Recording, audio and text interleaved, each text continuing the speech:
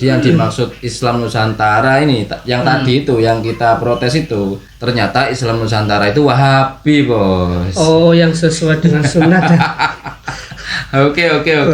Klaim terbaru teman-teman ya, Islam Nusantara itu adalah Wahabi. Assalamualaikum warahmatullahi wabarakatuh. Halo teman-teman, ketemu lagi dengan Noah Bang Desa ya di channel Mr. Coach. Yuk mari kita ngobrol di channel ini. Tetap berpuasa dan tetap ngopinya, ngolah pikir dengan share serius tapi santai. Ketika mereka atraksikan, kalau memang dia mengumpulkan energi alam nih, cakra kan begitu ya. Terus energi itu didorong ke salah satu objek. Ketika mereka atraksikan, memang kalau memang ilmu itu energi yang mereka lontarkan, orang-orang di sekitar pasti mental juga. Iya. Iya. Tapi kenapa yang mental-mental cuma dia 2 orang gitu kan?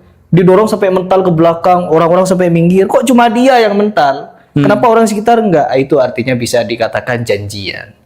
Ya sebenarnya saya juga lihat posisi kakinya pas mental itu emang dianya kakinya yang mental. Iya itu kan. Ya tapi Nabi kita Muhammad SAW ketika dia berperang, benar-benar di medan tempur, gak ada tuh Nabi Muhammad pakai jurus-jurus seperti itu. Iya. Ditebas pakai pedang, nancep pedangnya kan ke zirah dia, ke helm baja dia. Bahkan banyak yang diceritakan sahabat-sahabat Nabi sampai kehilangan jari-jarinya, terputus melindungi Nabi. Itu bukti Kang bahwa sahabat saja kalau memang kekuatan ilmu tenaga dalam kanuragan lahir dari ketakwaan seorang manusia, Nabi lah yang paling takwa. Nabi itu kan diutus dan dibekali sesuatu oleh Allah sesuai dengan apa yang berlaku di kaumnya waktu itu. Nabi Musa diutus dengan mukjizat seperti itu ya. Karena apa? Karena Nabi Musa memang karakter atau budaya peradaban waktu itu adalah sihir. Maka Nabi Musa mempunyai mukjizat yang sebesar itu. Kan begitu. Nabi Isa juga begitu, diutus dengan kemampuan tobib. Bahkan sampai bisa menghidupkan orang mati, bisa menyembuhkan orang buta. Karena tren atau peradaban waktu itu yang tren adalah tabib. Sedangkan Nabi Muhammad itu diutus di peradaban yang sebenarnya masyarakatnya itu pengagum sastra. Pengagum sastra kan ya Bos ya. Berhubung pengagum sastra, maka mukjizat terbesar beliau adalah Al-Quran. Ya Bos ya. Di samping itu, Nabi Muhammad ini memang diutus untuk umat sampai akhir zaman, kan begitu, sebagai nabi penutup. Makanya mukjizat itu, Al-Quran itu bisa melengkapi kebutuhan umat sampai akhir zaman dalam peradaban apapun, kan begitu Bos. Seperti peradaban nanti kayak khurafat yang katanya Heripras ya. Semisal diceritakan bahwasanya Khalid bin Walid itu pengakuan Khalid bin Walid ini meraih kemenangan di pertempuran manapun semenjak Khalid bin Walid ini menyimpan rambut Nabi dan ditaruh di itu topi zirahnya itu Bos. Itu pengakuan Khalid bin Walid tuh ya. Dan rambut ini diperoleh ketika Nabi sedang bercukur tuh. Sahabat juga berebut kan begitu. Nah, ini sudah ada sebenarnya kalau mau mengkaji lagi.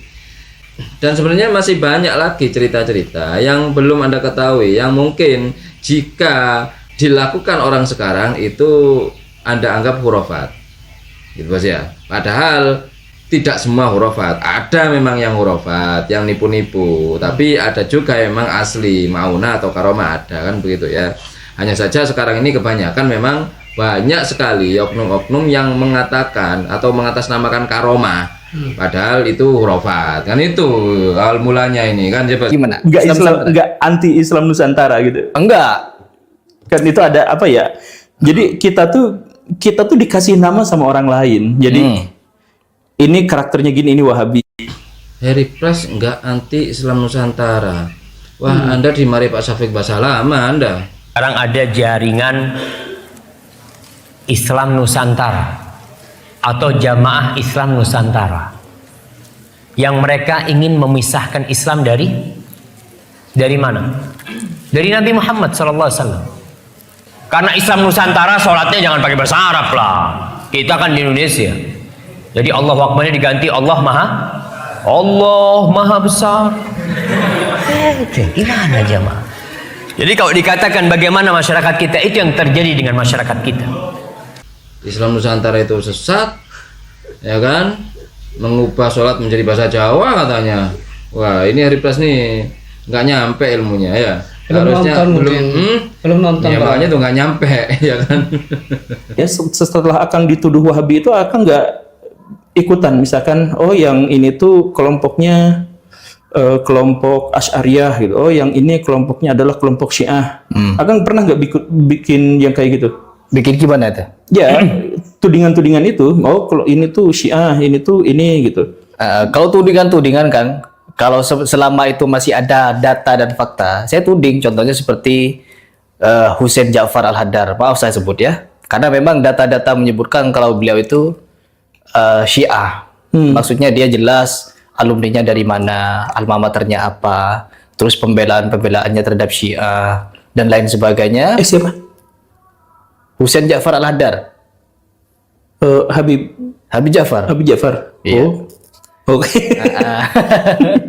Dan yang menyebutkan Syiah bukan saya, Kang, tapi seperti Idrus Ramli, seperti Kiai Lutfi Basori, seperti Habib siapa gitu menyebutkan kalau beliau itu ya Syiah. Anda kalau sumbernya dari Ustadz Idrus Romli atau Kiai Lutfi Basori, berarti bukan atas dasar data, berarti atas dasar katanya.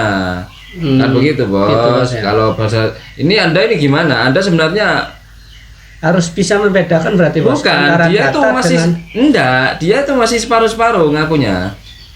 Awalnya dia kan pakai data katanya, ya. Berhubung dia takut salah datanya, dia takut salah, berarti dilempar. langsung, dan yang ngomong bukan saya gitu. Tadi dia mewakili dirinya sendiri pakai data. Sekarang yang kedua takut dia salah, takut aneh-aneh. Tapi yang ngomong bukan saya, yaitu Idrus Romli atau Lutfi Basori. Kan begitu. Lah ini makin aneh teman-teman.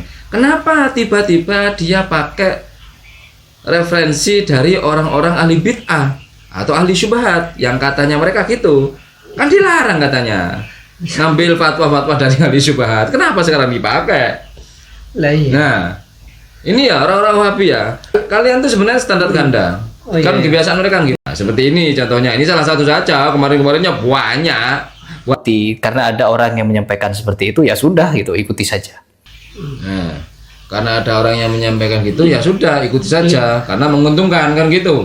Kalau kembali lagi pada pertanyaan Kang, seperti tadi Akang nyebut Islam Nusantara, ya kalau Islam Nusantaranya bener lah, bukan menyimpang-nyimpang seperti memadukan antara Islam dan kejawen, itu kan ada kan? Ya Islam yang hak, ya bagaimana meskipun bernama Nusantara tapi dia landasannya Al-Quran hadis. Itu Bos. Jadi yang dimaksud Islam Nusantara ini, yang tadi itu, yang kita protes itu, ternyata Islam Nusantara itu Wahabi Bos. Oh, yang sesuai dengan sunnah. Oke. Klaim terbaru teman-teman ya. Islam Nusantara itu adalah Wahabi. Berarti sesuai dengan Wahabi. Ya. Itu Islam Nusantara. Kalau nggak sesuai dengan Wahabi, Islam sesat gitu. Padahal mereka nggak ikut masih nama. Tiba-tiba diambil yang dimaksud Islam Nusantara itu adalah Islam yang sesuai dengan Wahabi. Ada satu pertanyaan yang pertanyaan saya justru malah bikin orang marah. Nanti saya ajukan ke Akang marah nggak? Coba. Misalkan gini. Oke. Ente siap-siap denger Bos. Ente jangan-jangan marah juga. Saya mungkin bisa-bisa marah juga. Penasaran ini. Penasaran ya? Apa ya pertanyaannya? Apa Jangan-jangan Hari Pras marah. Coba. Awas ya. Tasyabuh pada orang non-muslim itu nggak boleh kan? Dalam agama, dalam akidah nggak boleh. Iya, Nggak boleh kan? Sepakat ya? sepakat. Oke. Ini gini. Dari tadi Hari Pras ini lempeng-lempeng aja, nggak ada perdebatannya nih. Saya pancing nih ya, saya pancing. Kira gembul nih, karena gembul. Ini dari awal podcast nih lempeng-lempeng aja, jenuh kan? Kalau gembul nggak ada makanan buat otak nih kan gitu. Ini Hari Pras kayak gini-gini aja. Oke, coba saya pancing dengan pertanyaan ini. Apakah marah? Marah dia kan? Apakah dia akan Protes. berargumen gitu Bos ya? Nah, kalau misalkan orang Kristen beribadah di tempat ibadahnya dengan bernyanyi, kok banyak kaum muslimin yang di masjidnya juga bernyanyi? Itu tasyabuh bukan? Itu pernah dibahas sama Ustadz Syafiq Rizal Basalamah dan Habib Ustadz Syafiq Rizal habis-habisan. Dihujat. Ketika hanya menyampaikan Ini kenapa umat-umat muslim ini ketika di masjid nungguin adzan, nungguin iqamah kan ya?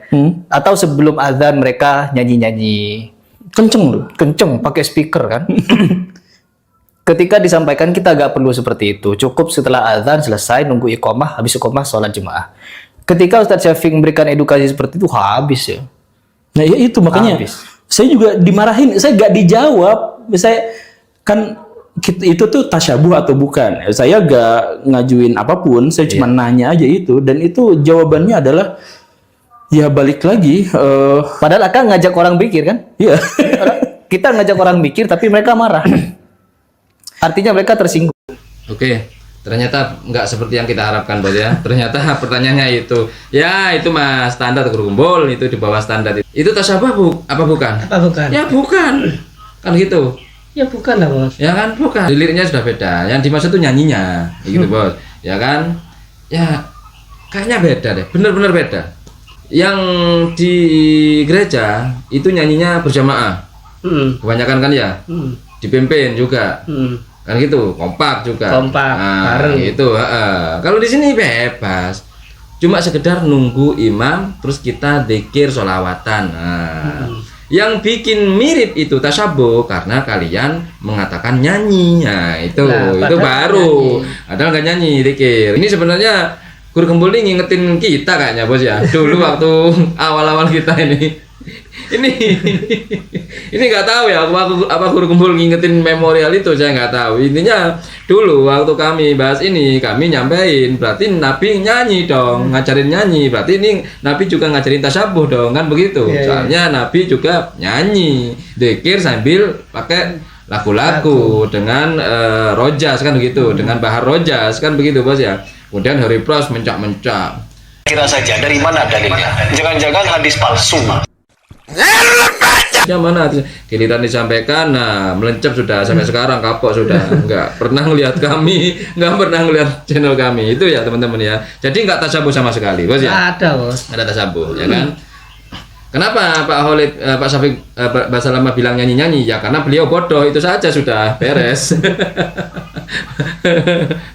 Oke, itu saja obrolan hari ini. Mudah-mudahan bermanfaat, mudah-mudahan mencerahkan, dan mudah-mudahan kita bisa bersikap bijak lagi. Yang baik-baik semuanya datang dari Allah, yang jelek-jelek datang dari kami. Mohon maaf. Wa akhirul kalam. Assalamualaikum warahmatullahi wabarakatuh. Waalaikumsalam.